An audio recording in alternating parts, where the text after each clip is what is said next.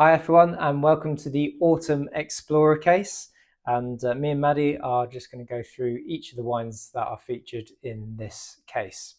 So first up, we have the Vino Verde from Villanova. So this is quite a fresh, easygoing white, perfect for the last of the summer sun, dare I say. And it's just a mixture of indigenous grape varieties such as Lorero and Arinto. If you just like a wine you just want to crack open any day of the week, it's ideal. Next up, we have the Monsable Chardonnay. So you've got 100% Chardonnay from the Languedoc-Roussillon in France. It's the perfect kind of transitional out of summer wine, starting to have roast chicken again and your big roast dinners. It's great. It's quite ripe, peachy, but it has seen a tiny bit of oak, so you get a slightly creamy, richer style of Chardonnay.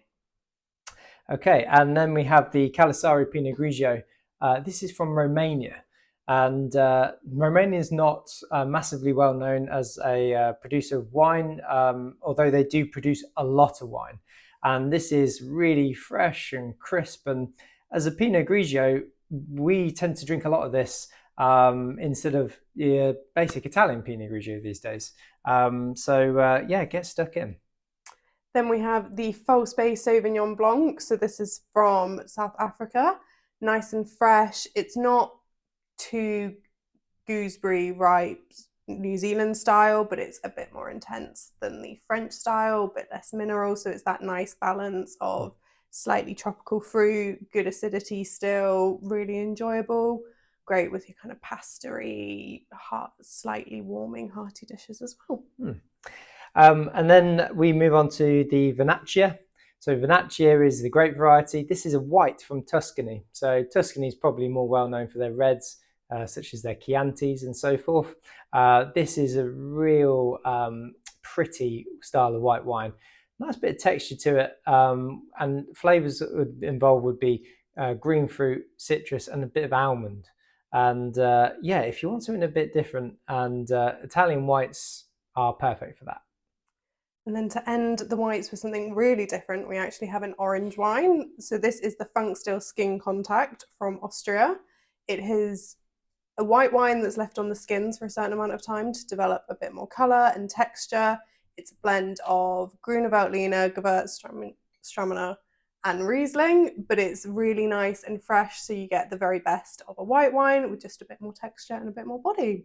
Something a bit different and quite interesting, we hope. Yes, and just to add to that, nice to see an orange wine in the case. First one, yeah. So moving on to the reds, we have the Lopez de Haro Rioja. This is a Joven, so it's not seen any oak, but you got this real bright, vibrant red berry fruits.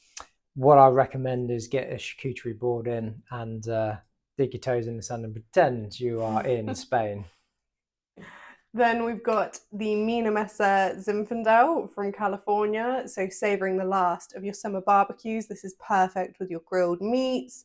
You've got that really nice cherry, plum, slightly vanilla from a little bit of oak, but it's just the perfect kind of barbecue. But also you can use it for your slightly more stews, bigger dishes. It's that nice balance of easily drinkable, but got a lot going on with it. And then we move on to Malbec from Argentina. This is called Malbec Iris. And this is, again, very much in the style of that youthful, fruity style of Malbec.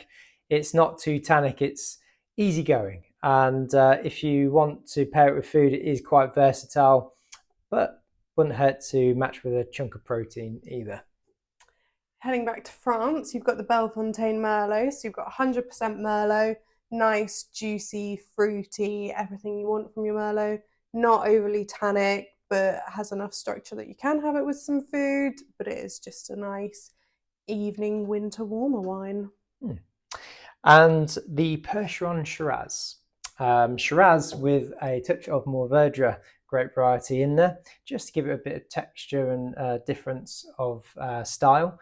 It's also got a touch of Viognier as a grape variety in there as well. Percheron, and named after such of the rare horse breed, which is there's a picture on the label, and yeah, it's just a nice, easy going Shiraz with that nice bit of spice but not too much because the Mourvedre reins it in, gives it a bit more body, and the Viognier just gives it a touch of a nice ripe flavour.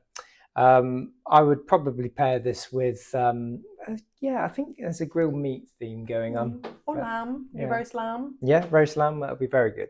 Yeah. And then to finish off, we're still in South Africa. You've got the Pinotage from False Bay. Something a little bit different. You've got a lighter style of wine with a bit of the savoury herbaceous notes and then this kind of plummy, rich character to it. Really interesting introduction to Pinotage if you've never had it before. It can be a bit of a hit and miss grape with some people, but we think this is an excellent example that everyone should enjoy, hopefully. Okay, and that wraps up the Explorer case for autumn. Enjoy.